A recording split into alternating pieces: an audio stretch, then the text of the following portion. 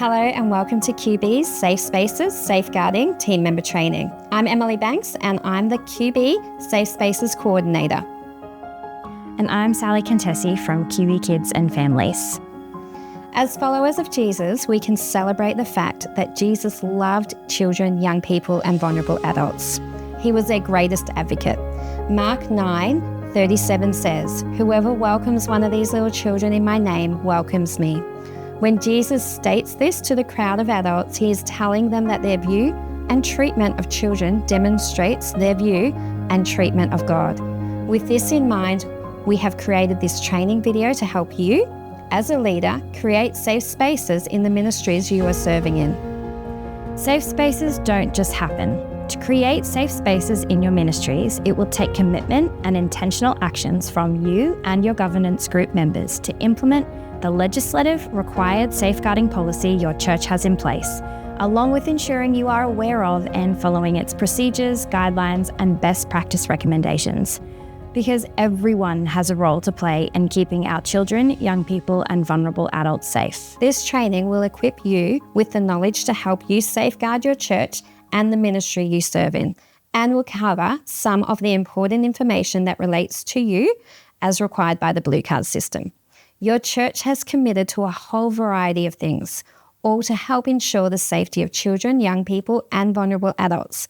These commitments are outlined in something called a Safe Spaces Safeguarding Policy.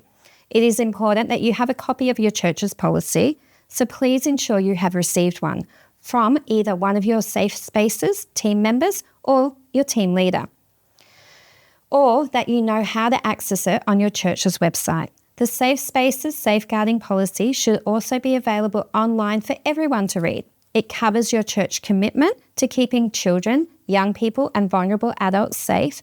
It includes policies and procedures for screening and training its leaders and volunteers, just like you. And it also covers what and who you need to report to in the event of an incident, as well as expected behaviours when interacting with children, young people and vulnerable adults in your ministry setting.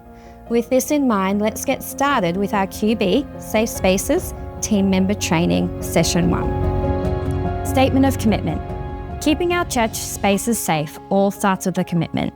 Your church is required by Blue Card to have a statement of commitment, and the main purpose is to set the tone of how your entire church embraces its culture towards the safety of children, young people, and vulnerable adults, along with how their well-being will be promoted and what protection will be.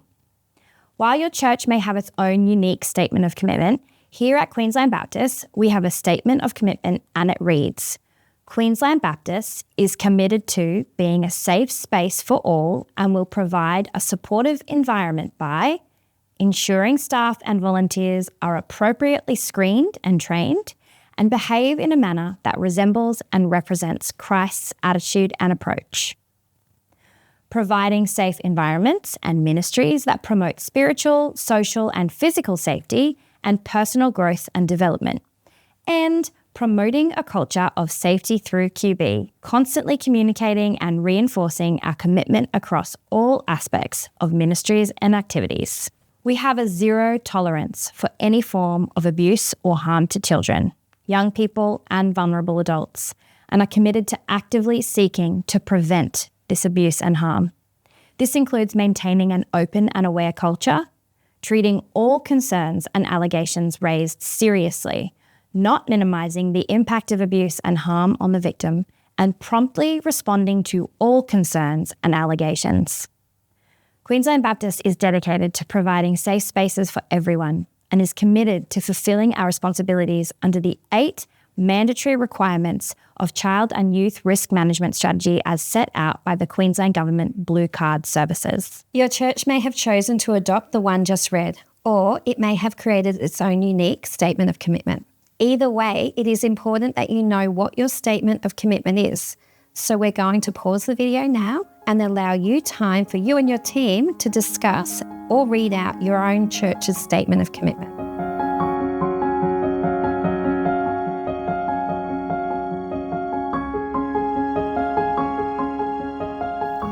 Code of conduct.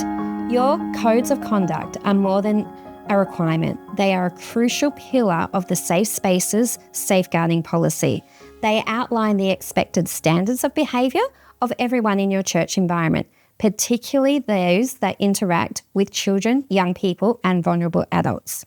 Your code should clearly communicate your church's expectations of behaviour and the consequences if these expectations are not met.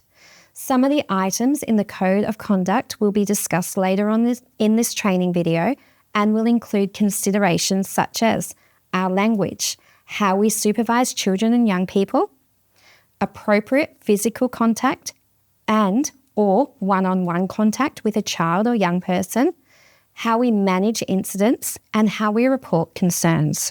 Code of Conducts don't only relate to leaders and volunteers' behaviour, but also the behaviours of all attending your church spaces, such as kids and youth. You will see on the screen an example of a Code of Conduct for kids and youth participants. Let's pause the video again, and as a group you can read through your Code of Conduct together and take the opportunity for everyone to sign one. Don't forget that it is recommended that under 18-year-olds co-sign their Code of Conduct with their parents.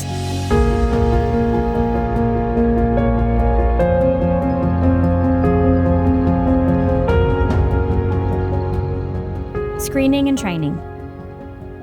One of the biggest parts in creating a safe space for your children, young people, and vulnerable adults within your church is to ensure all leaders and volunteers are appropriately screened or checked and trained.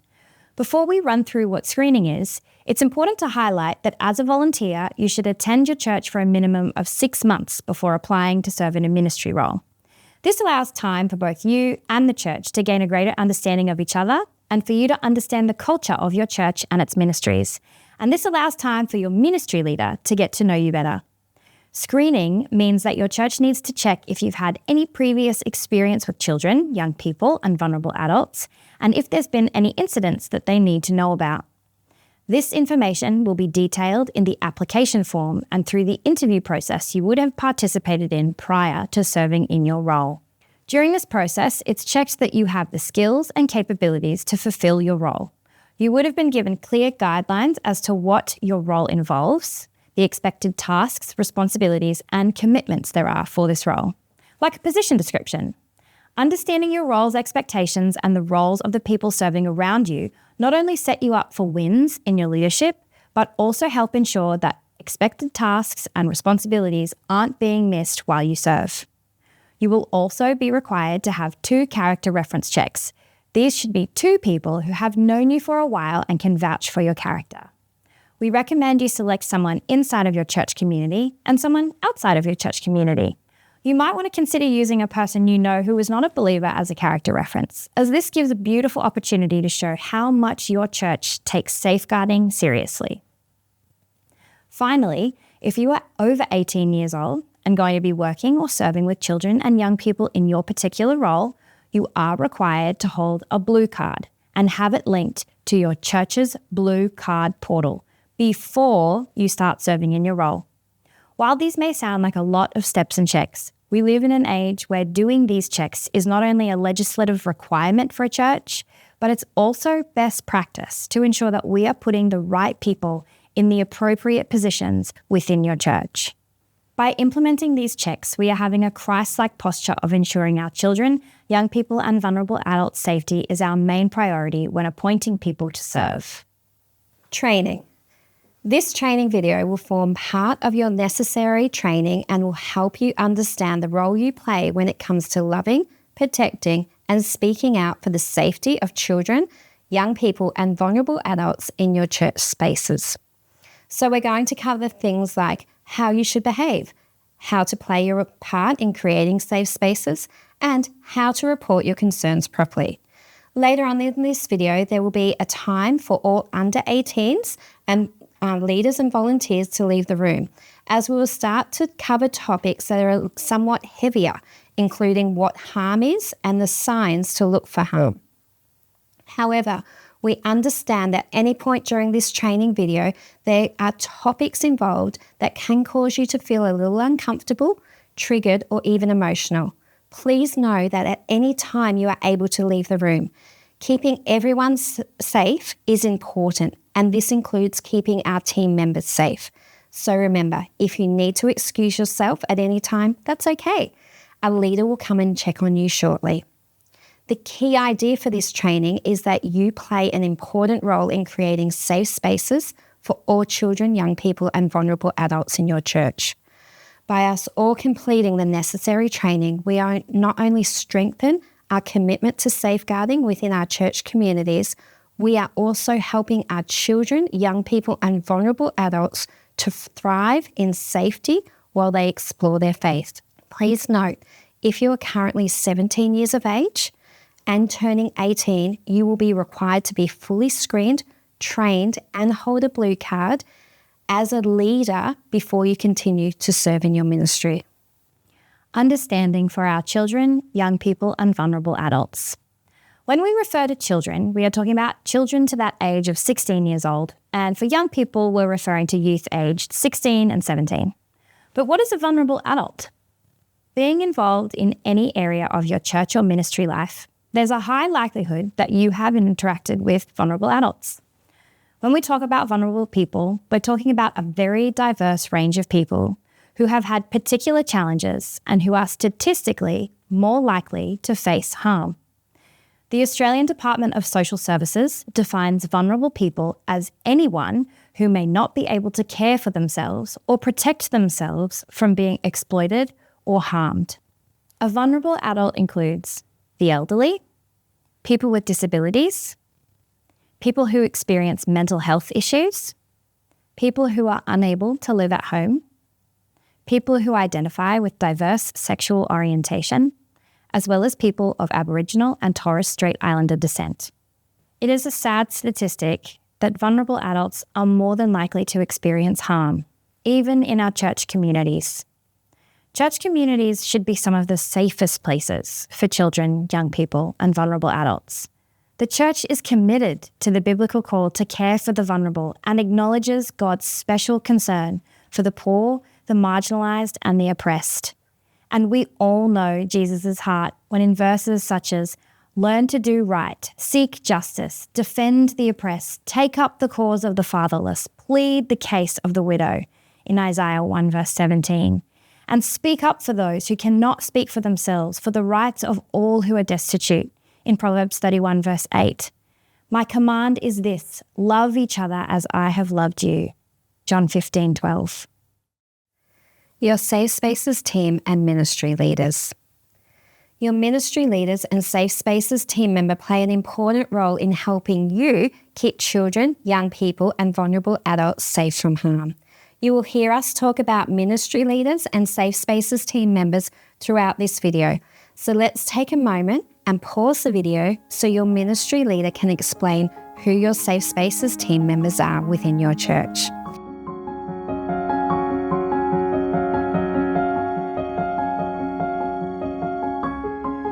One of the most important things that we hope that you get out of this training video is that you feel comfortable and confident in reporting any concerns you have to your Safe Spaces team members or your ministry leaders. This could be a concern around a child's safety, a youth's mental health, or even a concern about an elderly person being neglected. It may even be a concern regarding another leader's behaviour. For example, they have breached the code of conduct you have just reviewed and signed. There are many different reasons why you may think you need to report a concern, and we want you to feel safe and confident in highlighting those concerns with the appropriate people. So, when do you report your concerns that you have, and how do you report them? Let's start with the when. This is easy. As soon as possible. Remember, no concern is too little. If you have that little niggly feeling that you should report it, well then report it as soon as you are able to do so. And how do you report your concern? It is encouraged that you speak with your ministry leader. However, if they are unavailable, or if the concern is about your ministry leader, one of your Safe Spaces team member is the best person to report to. Your ministry leader and your Safe Spaces team members will hear your concern and help you work through what to do next. And if you still don't feel confident or comfortable with reporting your concerns to them, you can always contact Queensland Baptist and speak with either Sally or myself, and we will guide you with the appropriate action steps. If you do witness something concerning in your church, or if someone discloses a complaint to you about someone in your church, it is a good idea you write it down as a record to help you remember the details clearly. Please remember not to gossip and ensure privacy in these matters. Creating safe spaces. In order to best safeguard your church spaces, we are going to look at some of the guidelines in creating safe environments to help keep your people safe. Safe spiritual and emotional environments. Creating safe spiritual and emotional environments are just as important as creating physical environments for your children, young people, and vulnerable adults. Some things that need to be considered in creating safe spiritual and emotional environments are physical touch, pastoral care conversations, faith discussions, creating a safe space for the vulnerable in society. Physical touch. As a leader, you must not touch any person in any way that is inappropriate, uncomfortable, or confusing for the receiver. Appropriate physical touch should always be in response to the need of the participant and not the leader, occur only when permission from the participant has been sought. For example, you could say, "Would you like a hug?" Should the person resist physical contact, you should stop straight away and respect the person's choice. You should be open, safe, and not secretive. And remember, a sideways hug around the shoulder is more acceptable than a hug with both arms or one arm around the waist. And don't forget, kids always love a high five. You must always remember to be guided by the age and developmental stage of the person. Be within the bony areas of the body, for example, between the shoulders and the elbow or the shoulder and the head. Areas between the shoulders and the knees should always be avoided. If a child, young person, or vulnerable adult initiates a hug with both arms, you should remember to minimize the length of the time of the hug, make sure you can easily disengage from the hug, and encourage a more appropriate way for physical contact, like the high five or fist bump. Always make sure other people are present. Remember, should you feel uncomfortable giving a person a hug, even if they have asked for it, it's okay as a leader to say no thank you. Physical restraint is only ever appropriate to protect a child, young person, or vulnerable adult from harm. This may include reasonable restraint to stopping a fight, to stop bullying, or to avoid an accident. It should never be used for anything else. Any form of corporal or physical punishment is not acceptable, even in jest. Pastoral care conversations. As leaders, there will be times that you engage in pastoral care conversations.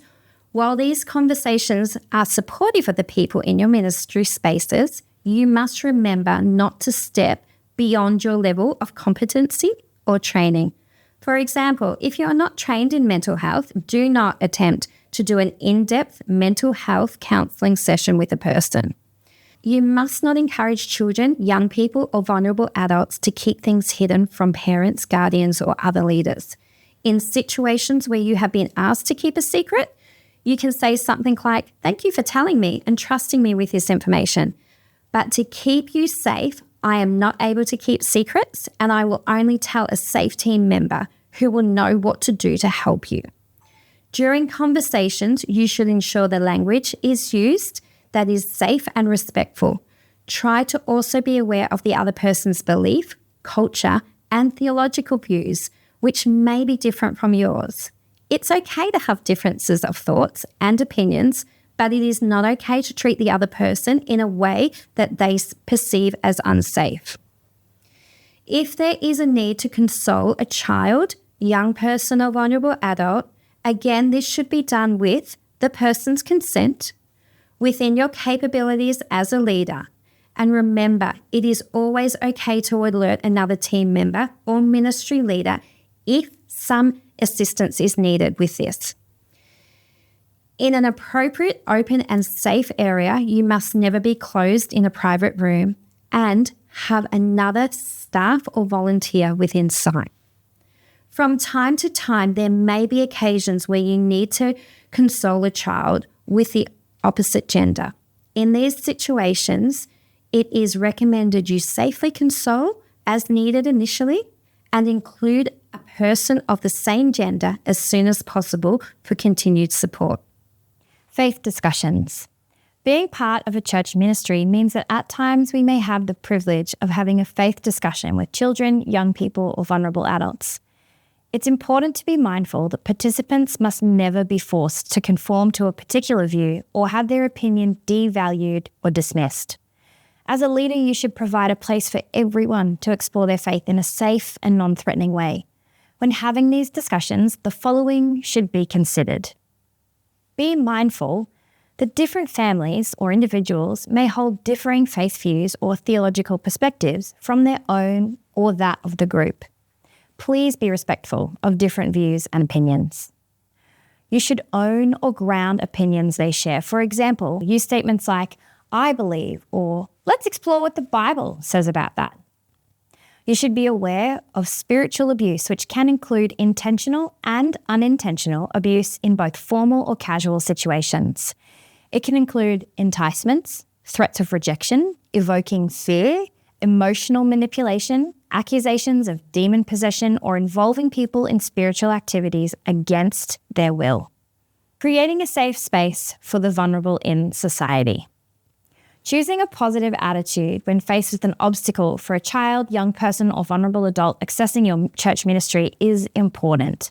Providing a safe place may require some extra resources or expertise from your church. However, it can make a huge difference to the lives of the vulnerable in our society. Some examples of people who may need extra considerations for inclusion in your church ministries are individuals with special needs. These may be physical, intellectual, sensory, social, or mental. First Nations people, culturally and linguistically diverse, the frail and aged, families involved in domestic violence, or people who identify with diverse sexual orientation. Your ministry leaders or safe spaces team will have strategized appropriate adjustments needed to ensure that they are safely included in the church's ministries. They would have consulted the person with the need and their families, involving them in the big decisions which will affect them while in your ministry. Allowing our vulnerable people to have a voice in their safety is key here. Please take the time to speak with your team leader if you have any inclusion concerns regarding the people attending your ministry. Remember to always be respectful about that person when having these discussions. An easy way to facilitate healthy inclusion with your vulnerable people is to strengthen peer relationships and encourage friendships with one another. This provides an important way to help people feel safe and less isolated, especially if they need to raise a concern. Creating safe physical environments. Next, we're going to be looking at how to create safe physical environments. Some of the things we are going to consider and look at will be our sign-in and out procedures, adequate leader and participation ratios, the never be alone rule, risk assessment, which will be just a bit of an overview. Sign-in and out procedures. While it is the team leader's responsibility to ensure every child and young person is signed in and out of the ministries they attend, it is your responsibility as a leader present at the ministry to also sign in and out. The church's sign-in and out area must be safe and secure with a fully screened, trained and responsible adult staff or volunteer in charge of overseeing this procedure. During sign-in, should the responsible adult overseeing the sign-in and sign-out area be made aware of any custody issues, behavioural or medical concerns, they are to inform the ministry leader as soon as possible. Don't forget about privacy. At the end of the ministry program, for duty of care of a minor, the ministry leader needs to ensure there is a distinct handover process. If the child is not being collected by the authorised person, for example, their parent or grandparent, then parental permission must be given for alternative collection arrangement. Where children or young people are sent back into the church auditoriums or parents wait in the car for their youth, the ministry leader or the responsible adult leader must physically see that the child or young person is collected by an authorised person. Adequate supervision. As a movement, we are wanting to grow disciples, not just provide a babysitting service. we would ideally recommend a discipleship model of 1 adult to 6 or 8 children and young people. Queensland Baptist recommends the following ratios: birth to 1-year-olds, 1 adult leader to 2 children; 2 and 3-year-olds, 1 adult leader to 4 children, if a parent is not present; 4 and 5-year-olds, 1 adult leader to 6 children; and 6-year-olds and above, 1 adult leader to 8 children or young people. Please note there must always be a minimum of 2 adult staff or volunteers for all ministry programs involved in young people and children, regardless of any of the ratios. Never alone. While there are many policies and procedures and training around safeguarding your children, young people and vulnerable adults within your church spaces, there must be one golden rule that you must always remember. You must never be alone with a child, young person, or vulnerable adult where you cannot be seen by another leader. So what does this mean? If you need a quieter environment to have a private conversation, ensure that you are always in a visible space that others can see, and always let the ministry leader know where you are. You should never hide with a child or youth, for example, play hide and seek, and you should never be in a cubby house with children. You should refrain from developing any special relationships that may be seen as favoritism, and you must not take a child, young person, or vulnerable adult to their home or visit in their home unless the visit is a part of a church-approved activity. For example, a youth group backyard pool party, or if there is clear consent from the child's parent or guardian, and only after church leadership approval.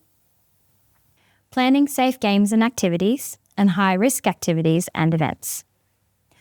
While the planning for safe games and activities is the responsibility of your ministry leaders and the Safer Spaces team, as a leader, it is important that you follow the implemented activity as per the approved risk management plan.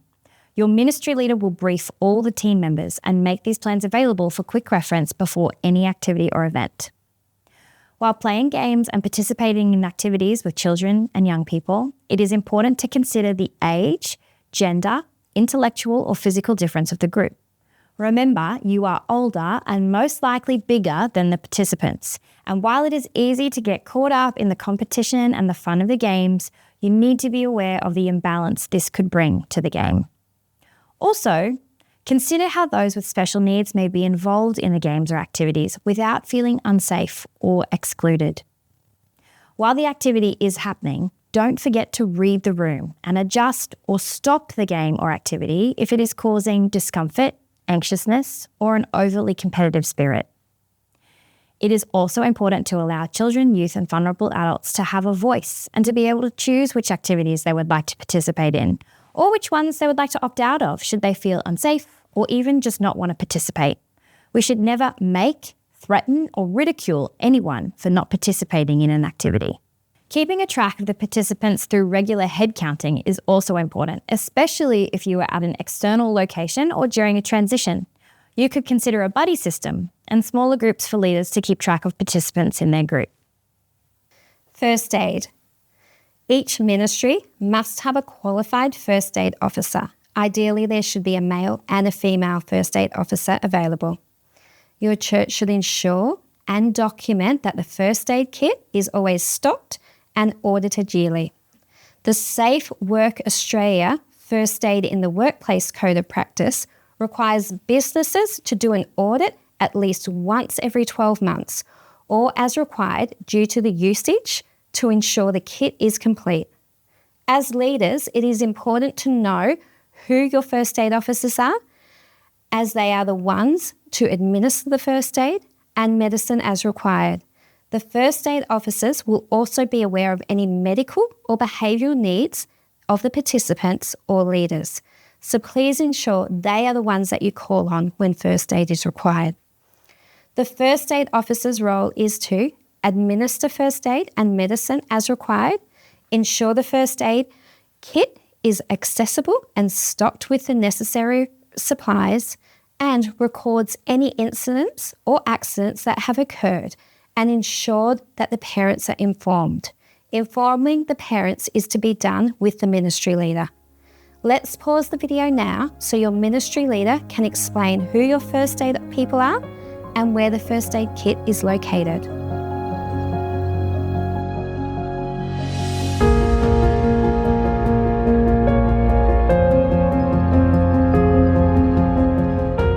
Toileting.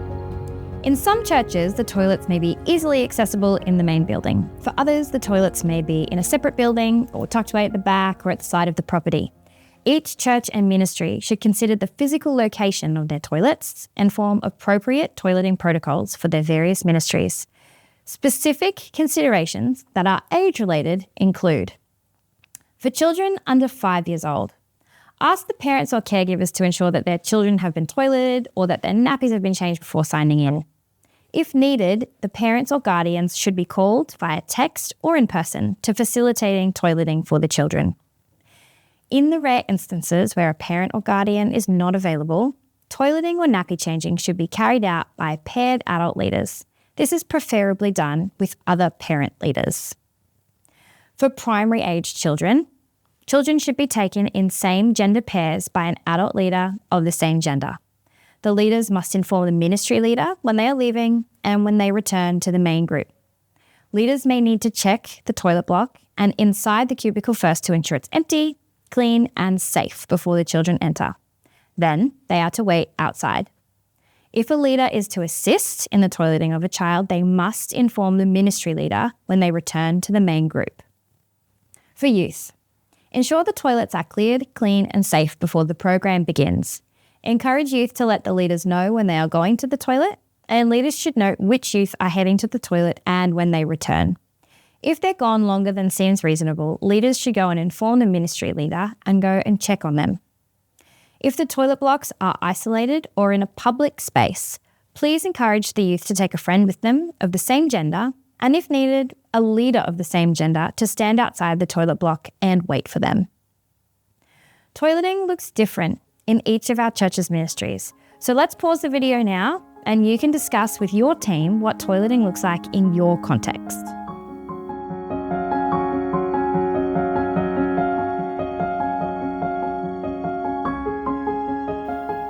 Creating safe online environments. For many children, young people and vulnerable adults, online platforms such as social media, text messaging and videos are a natural way for them to interact and express themselves. Just as it is important to create safe physical spaces to build community, explore faith and grow disciples, it is also important to create online spaces. While it is your ministry leaders and Safe Spaces team responsibility to ensure all ministries are safe when using online platforms, it is your responsibility as a leader to ensure the golden rule of never being alone with a child or young person is adhered to. So what does this mean for you? That there is accountability. For example, following the participant and leader ratios of having 2 leaders present during any online engagement. At all times, you must have approval from your ministry leader to make contact with a child or young person and have parental permission. Any phone or online communication must remain lawful and appropriate. No photos of children and young people should be taken on our private phones or devices. Only a designated photographer or videographer can take photos and videos, and only after they have been screened and trained and have the knowledge of any persons who are not able to have their photos taken. And they must always keep the photos, images, and videos on an official church device, which is on a secure system. Thank you to everyone for watching this first session of our training. We value your commitment to keeping children safe and serving in your church. Please pause the video here and take some time to get up and stretch. We will be back shortly with the completion of this training for the over 18-year-olds.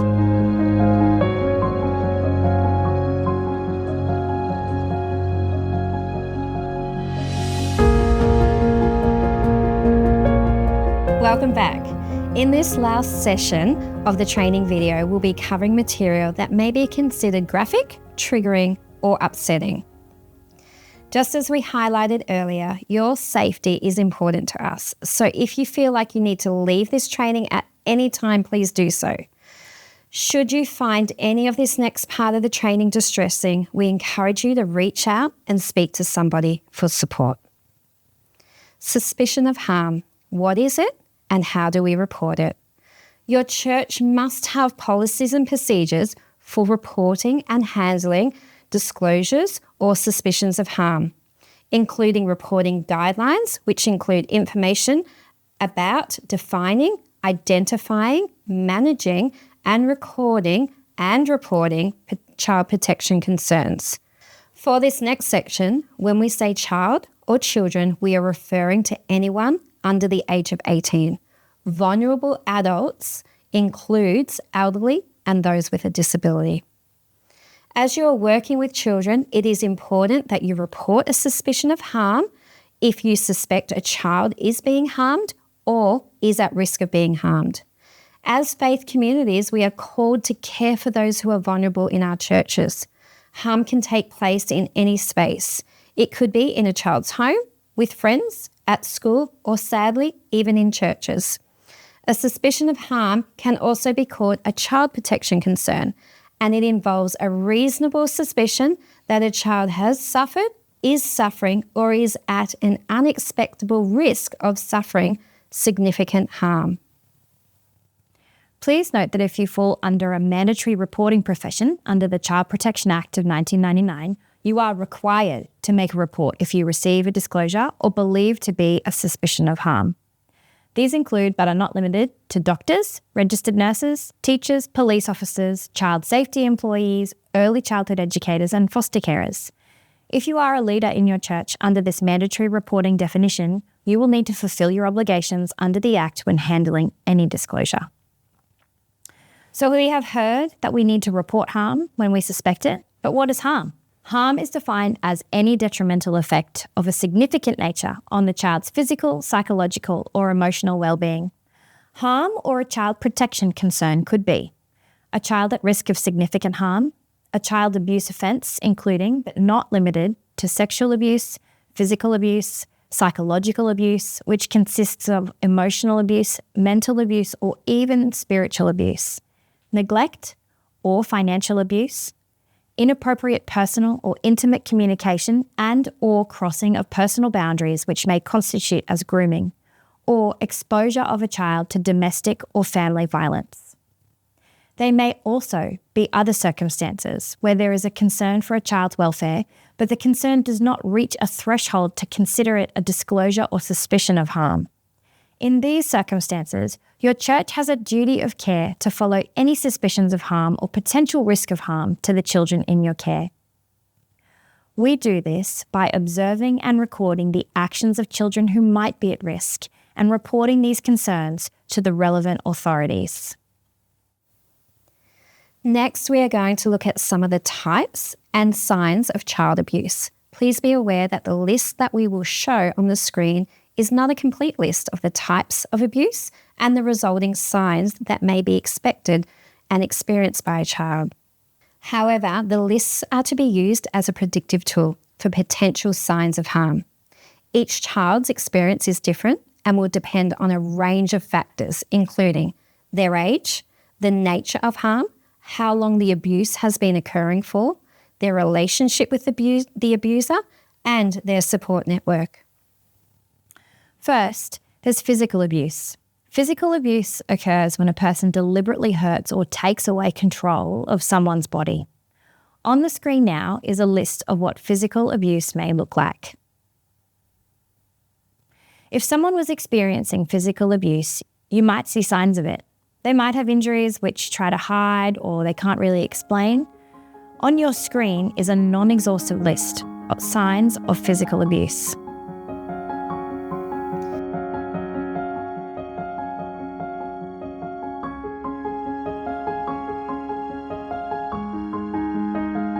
Next, sexual abuse.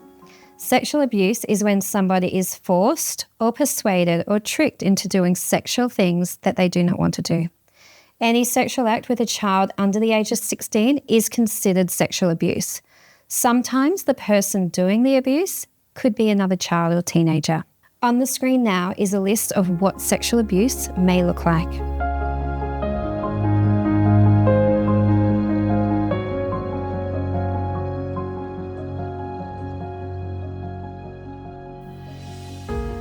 If someone was experiencing sexual abuse, you might see signs of it. On your screen is a non-exhaustive list of what the signs of sexual abuse could be.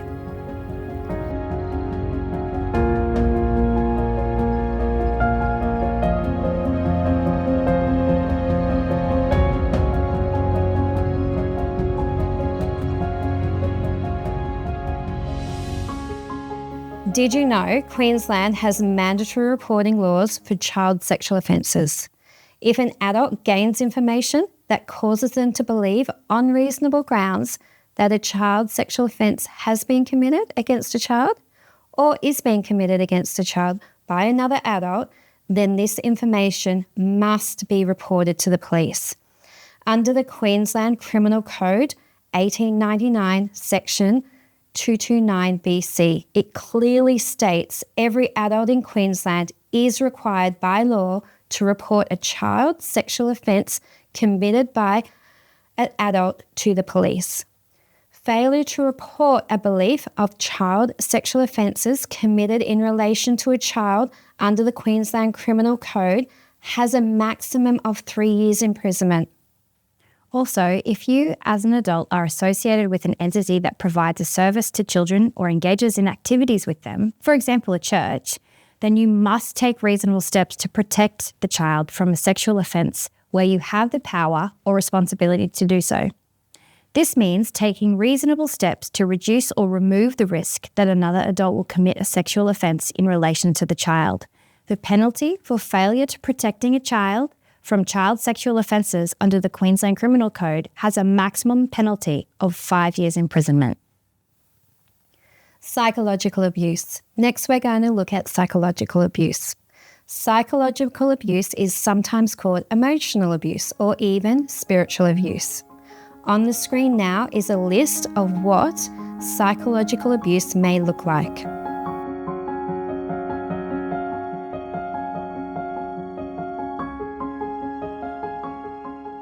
If someone was experiencing psychological abuse, they may have been experiencing it for a long time. On your screen is a non-exhaustive list of the signs of psychological abuse.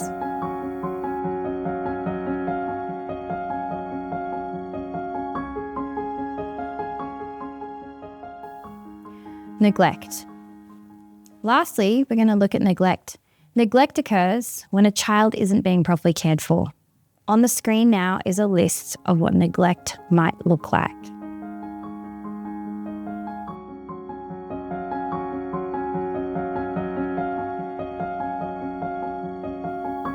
Speaking up and raising your concerns.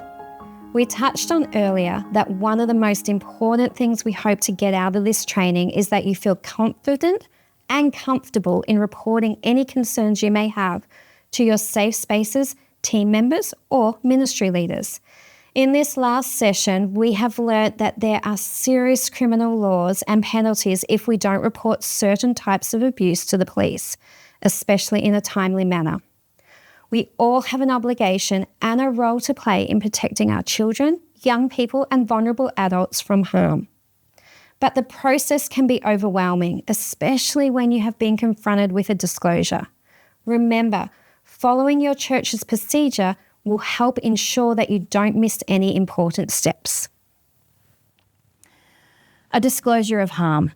A disclosure of harm occurs when someone, including a child, tells you about harm that has happened, is happening, or is likely to happen to a child. A disclosure or child protection concern may be received from a child who has been directly involved, an adult who has been directly involved. This may include a self-disclosure of wrongdoing, another person with information about a child or adult, another church or organisation with information about a child or adult, staff, volunteers or other stakeholders who have concerns based on their observations and interactions with one or more children or adults. However, when the disclosure or child protection concern is raised, all leaders are responsible for promptly informing their ministry leader or a Safe Spaces team member. This responsibility cannot be overstated. So how do you receive a disclosure? When a child protection concern is raised, the following action should be undertaken. Listen well. Move to a suitable environment, free from distractions. Remember, a private conversation still needs to be in a visible space to others. Let your ministry leader know where you are. Be calm and patient. Allow the person making the concern the time they need to feel seen and heard. Let the person use their own words. Avoid asking leading questions and avoid quizzing the person about the details of the abuse. Always don't be afraid in saying the wrong thing. Listen supportively is more important than what you say. Gently reassure. Reassure the person that it is okay that they have told you what's been happening. Check if there are any concerns about the child's safety, especially their immediate safety. Reassure the person, particularly if they are a child, young person, or vulnerable adult, that they are not at fault and not the cause of any distress that may be felt by anyone. Show respect. Respect that the person may only reveal some of the details. Acknowledge the person's bravery and strength in sharing the information with you. Avoid making promises you can't keep. You will need to manage that person's expectations really carefully. Explain to the person that in order for the child, young person and vulnerable adult to be safe, you will need to report this to somebody else, which will be your Safe Spaces team. Immediately report. Immediately report the disclosure to the Safe Ministry Leader or a member of the Safe Spaces team. If appropriate, the Safe Spaces team will keep the person informed of the reporting process. As soon as it is practical, complete an incident report form with your ministry leader and or SAFE team member recording all the details about the suspicion or disclosure of abuse. The Safe Spaces team will be responsible for ensuring the appropriate form of action is taken and that the church fulfills its legal obligations, including ensuring all concerns are managed appropriately. A copy of the incident report form is to be kept securely by the church and the relevant authorities as required.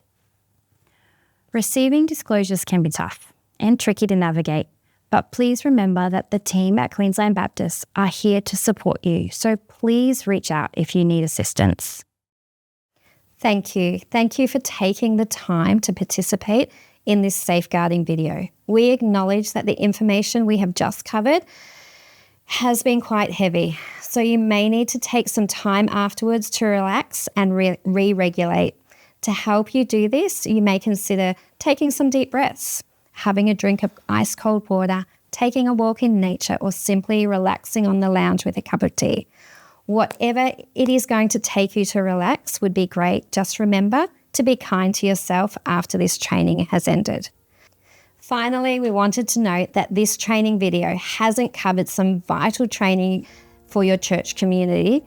Your leaders may need to run through some more specific training, including but not limited to how to fill out a harm or incident report, how to prepare risk assessments, complaints against staff members or ministry leaders, breaches of the code of conduct, reporting persons of concern within your church, fire safety processes, including where the evacuation areas are, lockdown procedures, first aid and mental health first aid, workplace health and safety, general training.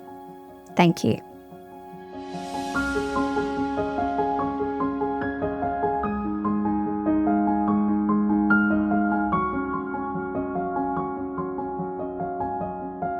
You